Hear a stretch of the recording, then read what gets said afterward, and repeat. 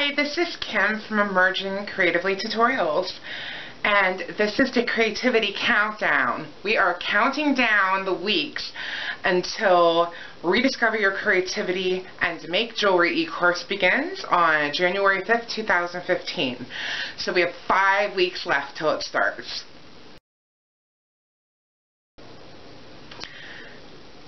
So each week I'm bringing you a little creative inspiration as we count down to the beginning of class.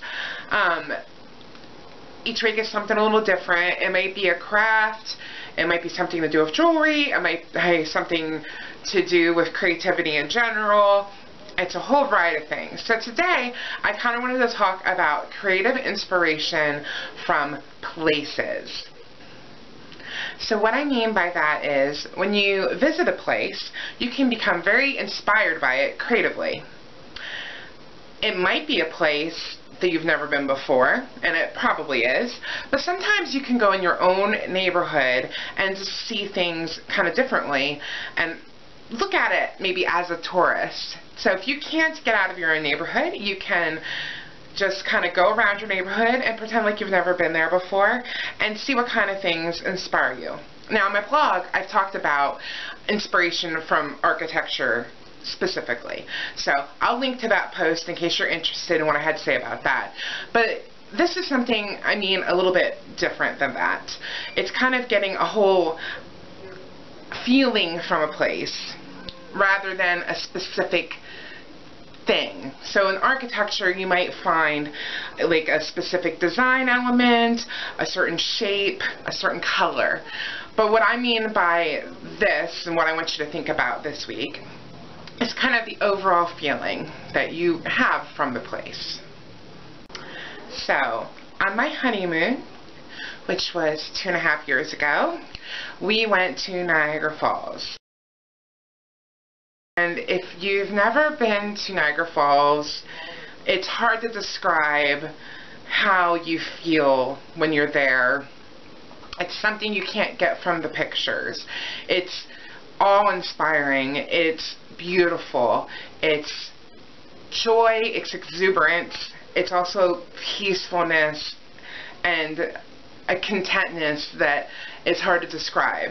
And honestly, if you would go, you would have different feelings altogether probably. So when I got back, I'm looking at my photos and remembering what a beautiful time it was, and I wanted to kind of capture that feeling again. So what I tried to do was to make a painting. It's kind of mixed media with like little lace at the bottom for the foam, so I could look at it and kind of feel that way again.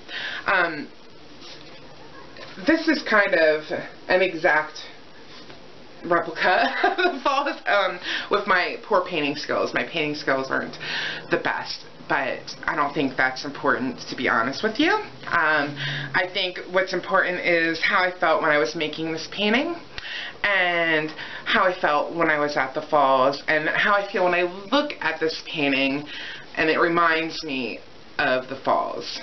I also was inspired by Niagara Falls to make a necklace that kind of reminded me of the falls. I never really said that directly, that this was inspired by the Niagara Falls, but the necklace is kind of my representation of the falls, and I'll show you a picture.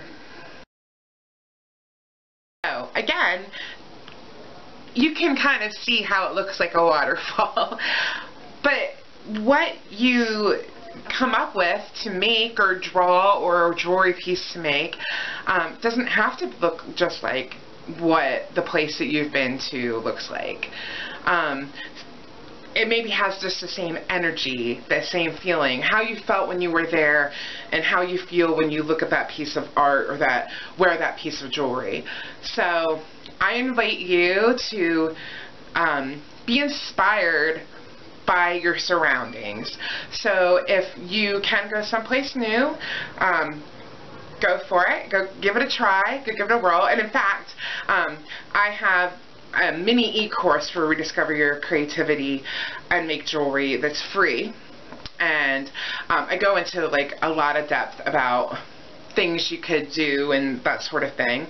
But for our purposes today, just kind of take in, notice how you feel, and then make a piece of art that makes you feel the same way, that represents that feeling. And maybe colors that make you feel that way, or shapes that make you feel that way, or just the design of the piece makes you feel however you felt in the place you were. So just take notice of how you feel today, and go ahead and make an art piece. And I would love to see it if you do make something, and you can post it over on the Facebook page, facebook.com/emergingcreativelytutorials, and we'll come and look at it and comment on it and see what you're doing. So go be creative and be inspired.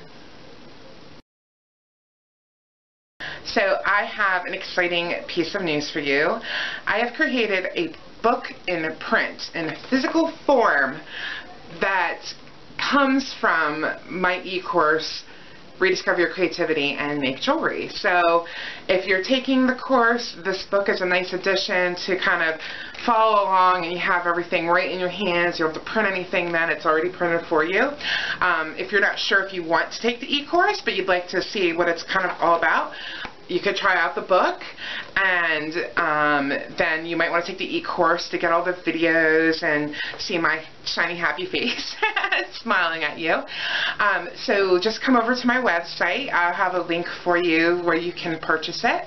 And you know, if you have some folks who maybe want to start making jewelry, or people who make jewelry, or might feel stuck on your, you know, your holiday gift giving list, this would make such a cute little gift for them. They would love it. You might want to add in maybe a few tools to go with it. It would be perfect gift. Maybe a little basket full of stuff. That would be so sweet. Throw some beads in with it, or a gift card to a favorite bead shop. So I invite you to go take a look at that. You'll find the link below. It's over on my website at KimberlyKoehler.com.